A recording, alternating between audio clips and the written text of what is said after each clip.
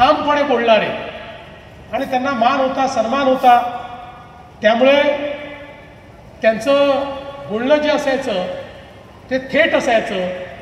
त्याला एक शेतकऱ्याच्या विचारांची झालर असायची आणि मला असं वाटतं की थोडं बोलायचे पण इतकं उत्तम प्रत्येकापर्यंत पोचेल अशा प्रकारचं बोलणारे। याच जिल्ह्यातले गणपतराव देशमुख साहेब यांच्याशी माझा संबंध आला। या सगळ्या मंडळींसोबत काम करत असताना माझं जीवन समृद्ध झालं। यांच्याकडे पाहून मला खूप गोष्टी शिकायला मिळाल्या।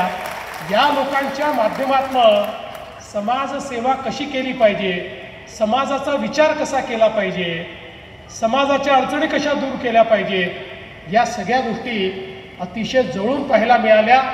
निस्पृहपणे कुठलाही त्या ठिकाणी स्वतःचा स्वार्थ न साधता काम करणं ही खरोखर मला असं वाटतं एक पांडुरंगाचा आशीर्वाद।